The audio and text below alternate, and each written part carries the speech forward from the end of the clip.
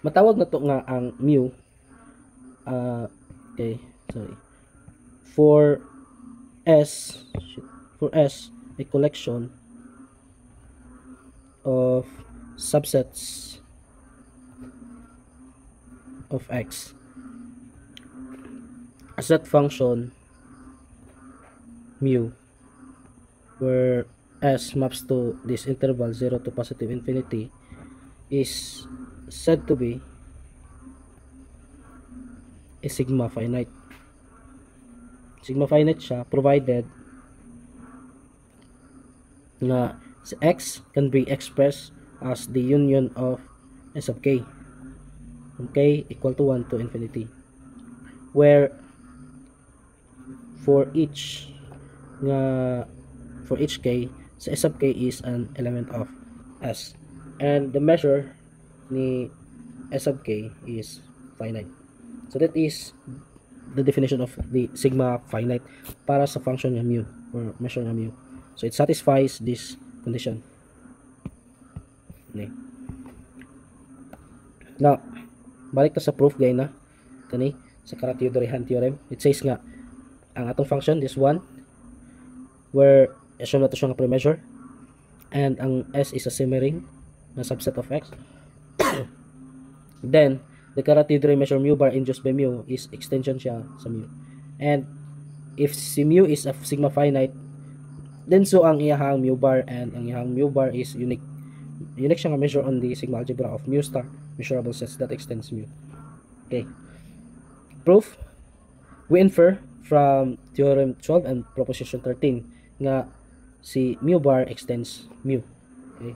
So na kagayon na si 12 sa theorem 12 and proposition 13 nga si mu bar ma-extend niya si mu. Now, assume na to nga si mu is a sigma finite. So, ano siya? Ito yung definition sa sigma finite. Now, we express, that means kung si mu to prove na unique ang ato ang function, say, let's establish another measure, let's say mu1, be another measure on script m that extends mu. So we express x here as the union of x of k, from k equal to 1 to infinity, kay sigma algebra man, ay sigma finite ang atong function, where the union is disjoint, and for each k, x sub k nasa s, and ang iyahang measure is finite, kay finite man, sigma finite man. Okay, now by the countable additivity of a measure, so by countable additivity sa measure karon, ito, para ma-prove na to nga ang uniqueness, inanglan nga si mu bar and mu1 mag-agree sila or they have the same measure sets contained in each x sub k.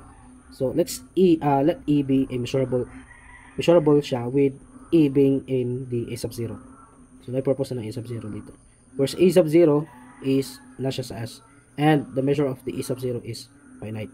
Now, we will show itong uniqueness, we will show nga this two measures are equal.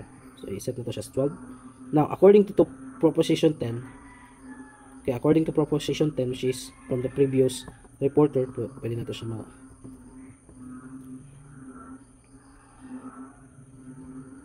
okay, from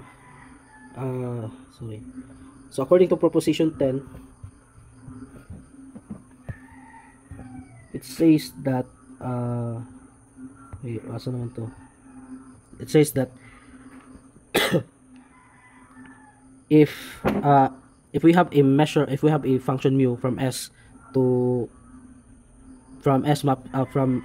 maps to 0 to positive infinity, function siya of subset S, a collection S of subset of a set X, and si mu bar is a function from script m to positive, from script n to 0 to positive infinity closed interval nga Carathéodory measure induced by mu. Then let E be a subset of X for which the outer measure of E is finite. Then nag-exist nga subset A of X for which si A is subset siya sa for which A is an element of sigma S sub sigma delta, and E is a subset of A, and the outer measure of E is equal to the outer measure of A. And then again, next is furthermore, if E and each set in S is measurable with respect to outer measure mu, then so is A, and ang mu bar sa A minus E is 0. So kani siya from proposition 10 muna siya ang makita. So katong kaduhan niya nga result sa proposition 10. Yeah. There is a set A nga nasa sigma S sub sigma delta. So if ma-recall na to, ang S sub sigma delta is muna siyang gina-denote as gina-denote na to siya as countable intersection of sets in sigma algebra. So si S sub sigma delta is countable intersection of sets in sigma algebra. In S sigma, countable intersection of sets in S sub sigma. Kani si S sub sigma delta.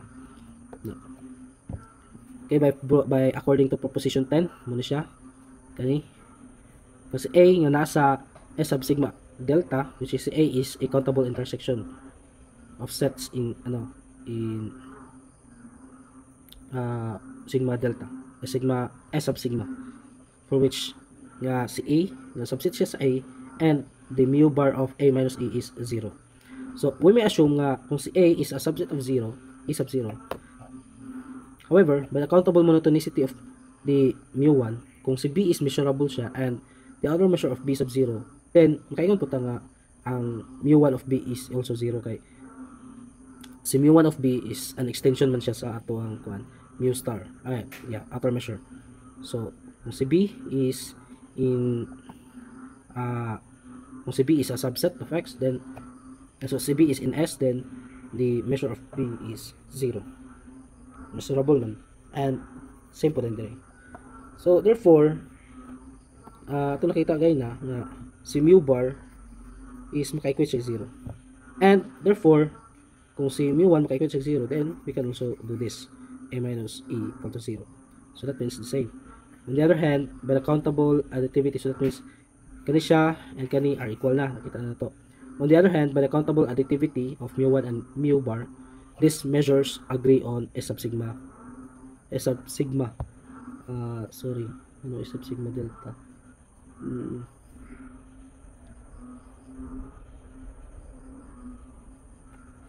Yep. Actually, these measures agree on S sub sigma delta. So this is delta.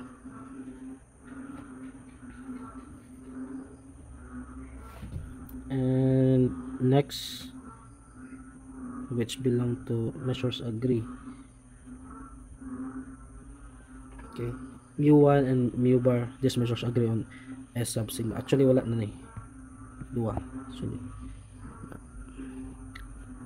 S sub sigma la. Okay, and therefore by the continuity of measures, they agree on the same they agree on the subsets of E sub 0. So anything, so kan man sila kanang continuity man ang measure, so that means kato sila kay mga subset man sa E sub 0 nga nabilong gyapon diri sa S sub sigma delta. Therefore these two are equal. Hence nga ato na show na to kagay na they are equal, and also kanina equal man sila, and so na verify na to ang 12 na equal gid sa sila. So, mu of E is equal to mu1 of A, E. Next is the last result, which is the corollary. So it says nga let S be a semi ring of subsets of a set X, and B smallest nga sigma algebra of subsets of X na contain kang S. Then ang duha rin ka sigma finite measures on B are equal siya if and only if they agree on sets in S. So maklaro na siya kay kung si ang duha ka sigma finite nga measures on B kay equal sila if and only if mag-agree ilahang measures sa on sets in S. Mag-agree ilahang measures sa kada set nga nasa S. Kaya nga ang sigma finite is equal, and vice versa. So here the set theoretic restrictions on the collection of sets S that are imposed in the Caratio-Duran theorem are satisfied in a number of important cases. So for example, the collection of bounded intervals of real numbers and the collection of subsets of the plane R square nga mga Cartesian products of bounded intervals of real numbers are semi-ring sila.